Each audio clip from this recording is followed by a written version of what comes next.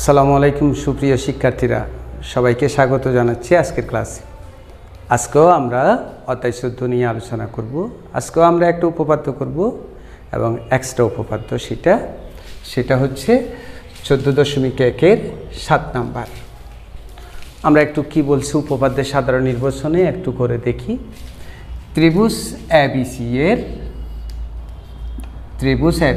এর আমরা একটু করে বুঝতে চেষ্টা করি সমদ্বিখণ্ডক কাকে বলে। সমদ্বিখণ্ডক শব্দটার ভিতরেই সব কিছু আছে।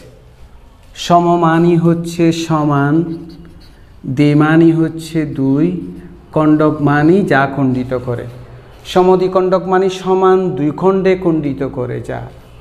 যদি এমন হয় যে একটা কোণকে কোণবাহু মনে করি আমরা, ABC একটা কোণ, সেইটাকে বি বাহু যদি এ কোণটাকে ABC কোণকে যদি সমান দুইটা কোণে বিভক্ত করে, এই দুইটা কোণ যদি পরস্পর সমান হয়, ABE আর EBC যদি পরস্পর সমান হয়, এই ABE কোণ আর EBC কোণ পরস্পর যদি সমান হয় BE আকার বলে, তখন BE কে বলবো অ্যাঙ্গেল ABC এর সমদ্বিখণ্ডক।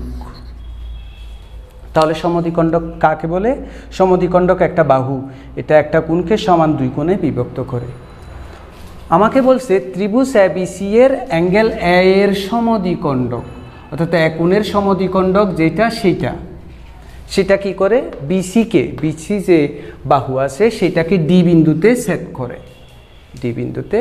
করে। আমরা মনে হয় সেটা বুঝেছি।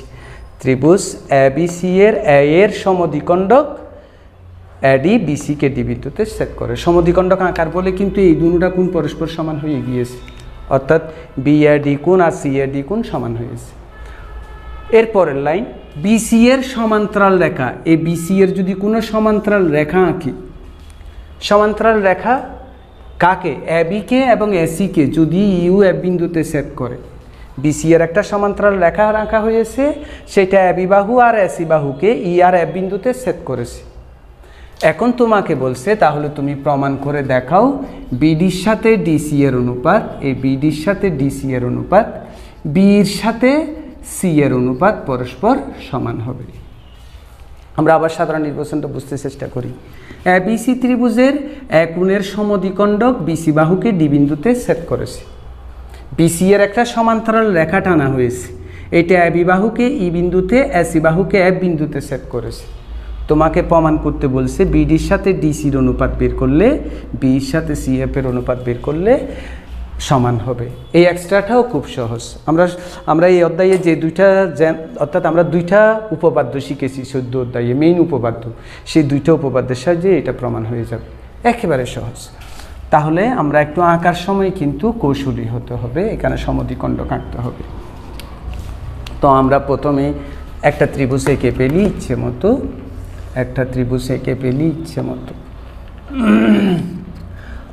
আমরা আঁকাতে মনোযোগী হব। কিভাবে আমরা আঁকছি যাতে এটা সবাই প্র্যাকটিস করতে পারি।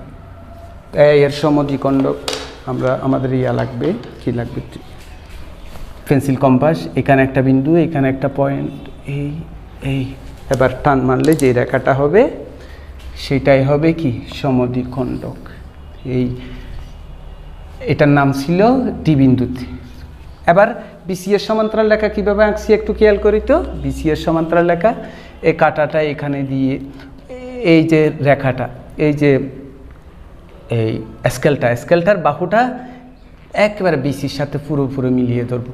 এখন এখানে টান মারলে এই রেখাটা সমান্তরাল হয়ে যাবে। তো আমি আর একটু বড় আঁকতে চাচ্ছি, তো আমি কি করছি? এখানে দুইটা দাগ দিয়েছি, দুইটা দাগের সাথে আবার ওই স্কেলটার পিছনের নিচের প্রান্ত মিলিয়ে ধরছি, টান মারছি, এটা সমান্তরাল রেখা হয়ে গিয়েছে। তুমি এখানেও টানি দিতে পারো, অসুবিধা নেই।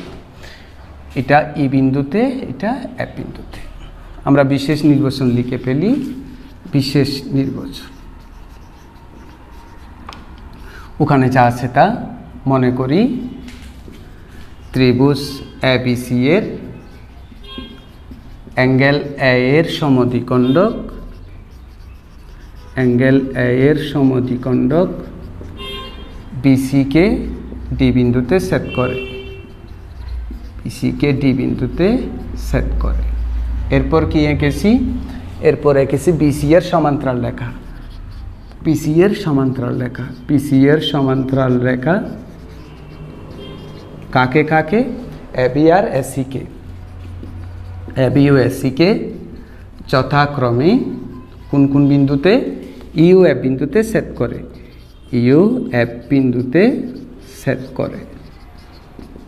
আমরা যেটা প্রমাণ করব সেটাই লিখি, যে প্রমাণ করি যে BD ratio DC equal to B ratio CF. আমরা বললাম না দুইটা উপপাদ্য দিয়ে এই উপপাদ্যটা প্রমাণ করব, মাত্র দুইটা উপপাদ্য প্রয়োগ করব, এটা প্রমাণ হয়ে যাবে। প্রথমে একেবারে 28 নম্বর আমরা প্রয়োগ করি। আমরা জানি, আমরা একটু লিখি, ত্রিভুজের যে কোনো বাহুর সমান্তরাল রেখা, ত্রিভুজের যে কোনো বাহুর সমান্তরাল রেখা অপর বাহুদ্বয়কে সমান অনুপাতে বিভক্ত করে। সমান অনুপাতে বিভক্ত করে। আমরা এখানে কি বলছি এটা একটু বুঝতে চেষ্টা করি। মনে করি যে এটা একটা ত্রিভুজ এবিসি। ত্রিভুজের যে কোনো বাহুর সমান্তরাল রেখা, অর্থাৎ একটা ত্রিভুজে 3টা বাহু থাকে না, 3টা বাহুর যে কোনো বাহুর, মনে করি বিসি বাহুর একটা সমান্তরাল রেখা আঁকি ডি। তো কি বলছে? ত্রিভুজের যে কোনো বাহুর সমান্তরাল রেখা কি করে? সেটা অপর বাহুদ্বয়কে, যেটা সমান্তরালে এঁকেছি সেটা ছাড়া আর যে দুইটা বাহু আছে সেই দুইটাকে, অপর বাহুদ্বয়কে, যেটা সমান্তরাল এঁকেছি সেটা ছাড়া যে দুইটা বাহু আছে সেই দুটাকে কি করে? সমান অনুপাতে বিভক্ত করে। সমান অনুপাতে বিভক্ত করে মানে কি? তুমি এডির সাথে যদি বিডির অনুপাত বের করো, অর্থাৎ এইটা আর এইটাকে সমান অনুপাতে বাইক করে এই বাই ইসি লিখতে পারবে, অথবা AB by BD equal to কি লিখতে পারবে? এসি বাই সি, অথবা কি লিখতে পারবে? AB by AD equal to AC by এই। যখন যেটা লিখতে হয় তখন সেটা, এটা বাই এটা ইকুয়াল টু এটা বাই এটা লিখতে পারো, অথবা AB by AD equal to AC by এই লিখতে পারো, অথবা AB by BD equal to AC by C লিখতে পারো। এখন আমরা দেখি আমরা কি করেছি। ত্রিভুজ এবিসি এ বিসি এর সমান্তরাল ইএফ ছিল, বিসি সমান্তরাল ইএফ। তো এখন বিসি সমান্তরাল যদি ইএফ হয় তাহলে আমরা এইরকম পাই না, এবির সাথে যদি বি ভাগ করি, এসির সাথে যদি সিএফ ভাগ করি সমান হয়, কারণ আমাদের বি আর সিএফ দরকার, অথবা এইর সাথে যদি বি ভাগ করি, এফ এর সাথে যদি সিএফ ভাগ করি তাও সমান হয়। অর্থাৎ আমি এরকম লিখতে পারবো AB by B equal to AC by CF. এই যে বি আর সিএফ আমাদের দরকার, তাহলে আমরা কি লিখতে পারি? সুতরাং এবির সাথে যদি বি ভাগ করি এবং এসির সাথে যদি সিএফ ভাগ করি, পরস্পর কি হবে? সমান হবে। এবির সাথে এই, এসির সাথে সিএফ পরস্পর সমান হবে। এখন দেখো বি আর সিএফ দরকার, কিন্তু আমরা খেয়াল করে দেখেছি বিটা বামে আছে, সেটা যদি এইখানে চলে যায় তাহলে অনুপাতটা হয়ে যায় না। সেই জন্য আমরা অনুশীলনী 11 রেখান্তর করব এখানে, অর্থাৎ এসিকে বামে নিয়ে আসব এবং বিকে ডানে নিয়ে যাব। এই জন্য একটা জায়গায় একটা গেল, এসি জায়গায় বি আসলো, বি জায়গায় এসি আসলো। এটাকে আমরা একটা সমীকরণ দিয়ে এবং আমরা এখানে কি করেছি? একান্তর করেছি। তাহলে আমরা বি বাই সিএফ পাইলাম, বিডি বাই ডিসি পেতে হবে। এবার দেখি আরেকটা উপপাদ্য, এটাও খুব ইম্পর্টেন্ট উপপাদ্য। আবার ত্রিভুজের যে কোনো কোণের অন্তর্দ্বিখণ্ডক, ত্রিভুজের যে কোনো কোণের অন্তর্দ্বিখণ্ডক বিপরীত বাহুকে উক্ত কোণ সংলগ্ন বাহুদ্বয়ের অনুপাতে বিভক্ত করে। বিভক্ত করে। এটাও খুব একটা ইম্পর্টেন্ট উপপাদ্য, এটা পরীক্ষায় আসে এই উপপাদ্যটা, সেটার প্রয়োগ আর কি। আমরা একটু করে লিখি। ত্রিভুজের এবিসি একটা ত্রিভুজ, তো এবিসি ত্রিভুজের ভিতর দুই ধরনের কোণ থাকে। এই যে এগুলাকে বলা হয় ক্রস চিহ্ন যেগুলো দিয়েছি, এই ক্রস চিহ্নওয়ালা কোণগুলোকে বলা হয় অন্তঃকোণ, অন্তস্থ কোণ। এগুলার কিন্তু বহিস্থ কোণও থাকে। বহিস্থ কোণ কোনগুলো আবার আমরা মনে করো বিসি বাহুকে বাড়াইলে এই বাইরের সাইডে যে কোণটা হলো এটা বহিস্থ কোণ। কিন্তু ঠিক অনুরূপভাবে এটাকে বাড়াইলে এই বাইরের সাইডে যে কোণটা উৎপন্ন হয়েছে, অনুরূপভাবে এটাকে বাড়াইলে এই বাইরের সাইডে যে কোণ উৎপন্ন হয়েছে সেগুলোকে বহিস্থ কোণ বলে। তাহলে একটা ত্রিভুজের বহিস্থ কোণও থাকতে পারে, অন্তস্থ কোণও থাকতে পারে। আগে এটা মাথার ভিতর ঢোকাই। ত্রিভুজের ভিতরে কোণ হলে এগুলোকে অন্তস্থ কোণ বলে, আর ত্রিভুজের বাইরের কোণগুলোকে বহিস্থ কোণ বলে। আর অন্তস্থ কোণের সমদ্বিখণ্ডককেই বলা হয় অন্তর্দ্বিখণ্ডক। অন্তর্দ্বিখণ্ডক মানে এটা একটা রেখা, এটা ত্রিভুজের ভিতরের যে কোনো একটা কোণকে সমান দুই ভাগে ভাগ করে। এবার ওখানে কি বলছে সেটা একটু বুঝতে চেষ্টা করি। ত্রিভুজের এবিসি ত্রিভুজের মনে করি এটা হচ্ছে একটা অন্তস্থ কোণ, সেটার অন্তর্দ্বিখণ্ডক অর্থাৎ এটার সমদ্বিখণ্ডকটাকেই অন্তর্দ্বিখণ্ডক বলবো। ত্রিভুজের যে কোনো কোণের অন্তর্দ্বিখণ্ডক, এবিসি ত্রিভুজের এ কোণের অন্তর্দ্বিখণ্ডক কি করেছে? বিপরীত বাহুকে, কোণ যেটা আছে এটার উল্টা সাইডে যে বাহুটা আছে সেইটাকে, একটা ত্রিভুজের যে কোনো কোণের অন্তর্দ্বিখণ্ডক বিপরীত বাহুকে মানে কোণ যেটা আঁকা হয়েছে সেটার উল্টা সাইডে যে বাহুটা আছে সেটাকে, অর্থাৎ বিসি বাহুকে, এই অন্তর্দ্বিখণ্ডকটা বিসি বাহুকে কি করে? উক্ত কোণ সংলগ্ন বাহুদ্বয়ের অনুপাতে বিভক্ত করে। অর্থাৎ অন্তর্দ্বিখণ্ডকটা যে বিন্দুতে ছেদ করেছে সেখানে বিসি বাহুটা যে অনুপাতে বিভক্ত হয় সেইটা ওই বিপরীত বাহু ছাড়া আর যে দুইটা বাহু আছে, উক্ত কোণ সংলগ্ন যে দুইটা বাহু আছে তাদের অনুপাতে কি হয়? বিভক্ত হয়। আমরা একটু বুঝতে চেষ্টা করি। একটা ত্রিভুজের যে কোনো কোণের অন্তর্দ্বিখণ্ডক কি করে? ওই কোণ ছাড়া যে বাহুটা আছে বিপরীত বাহুটাকে উক্ত কোণ সংলগ্ন বাহুদ্বয়ের অনুপাতে অন্তর্বিভক্ত করে।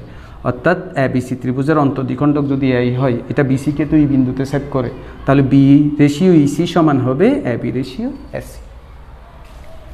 এখানে আমরা শুরুতে কি এঁকেছি? ত্রিভুজ এবিসি এর সমদ্বিখণ্ডক বিসিকে ডি বিন্দুতে ছেদ করেছে। তাহলে ত্রিভুজ এবিসি এর অ্যাঙ্গেল এ এর সমদ্বিখণ্ডককে এডি, সমদ্বিখণ্ডক এডি। এই যে এবিসি ত্রিভুজের অ্যাঙ্গেল এ এর সমদ্বিখণ্ডক এডি, তাহলে ওইটা প্রয়োগ করি, তাহলে সেটা কি হবে? AB ratio AC equal to, এই যে AB ratio AC equal to BD ratio CD হবে, বিডি রেশিও সিডি। তো আমরা একটু ভাগ দিয়ে লিখি, এবি ভাগ এসি ইকুয়াল টু বিডি ভাগ সিডি, এটাকে আমরা 2 নম্বর ধরি। এবার এখন আমরা 1 আর 2 ভালো করে তাকাবো, 1 আর 2 এর দিকে ভালো করে দেখাই। 1 নম্বর ও 2 নম্বর হতে পাই। 1 নম্বর ও 2 নম্বর হতে কি পাই? সুপ্রিয় শিক্ষার্থীরা আমরা একটু করে দেখি। এখানে সরি কলম, এখানে এবি বাই এসি সমান বিই বাই সিএফ, আবার এখানে এবি বাই বিসি সমান বিডি বাই সিটি। তাহলে এবি বাই এসি সমান এইটা, আবার এবি বাই এসি সমান এটা, তাহলে এইরকম লেখা যায় না? BD by CD equal to, অর্থাৎ BD by CD equal to কি লেখা যায়? BE by CF. প্রমাণ হয়ে গেল। সুতরাং BD by CD equal to B ratio CF, প্রমাণিত। আবারও বলছি, আমি এই কথাটা বারবার বলি, কিন্তু একই কথা বারবার বলতে আমার ভালো লাগে। একই কথা এই কারণেই বারবার বলি, একই কথা বারবার বলা হলে অনেক সময় এটা অনুসরণ করার কি জাগে? অনুপ্রেরণা জাগে। অর্থাৎ হঠাৎ করে মনে হয় ও কথাটা তো মানা উচিত, এই কারণেই বারবার বলি। আসলেই এক্সট্রা জিওমেট্রি না, পুরো জিওমেট্রিটাই খুব সহজ। যদি তুমি লিঙ্ক স্থাপন করতে পারো, যদি তুমি মানে তোমার যদি কি যুক্তিবাদী হও, বলে না তুমি লজিক্যাল না, তুমি যদি লজিক্যাল হও জিওমেট্রি ভালো বুঝবে। জিওমেট্রি মানে লজিক। দেখছো 2টা লজিক প্রয়োগ করছি আর উপপাদ্যের বিষয়বস্তু কি হয়ে গিয়েছে? প্রমাণ হয়ে গিয়েছে। তো সবাই যে এত মনোযোগের সাথে ক্লাসটা দেখেছো, সেই জন্য সবাইকে অসংখ্য ধন্যবাদ। আগামী পর্বগুলিও তুমি দেখবে এরকম প্রত্যাশা করছি আমরা। তো সবাই ভালো থাকো, সুস্থ থাকো, এই প্রত্যাশা করে আজকে ইতি টানছি। আল্লাহ হাফেজ।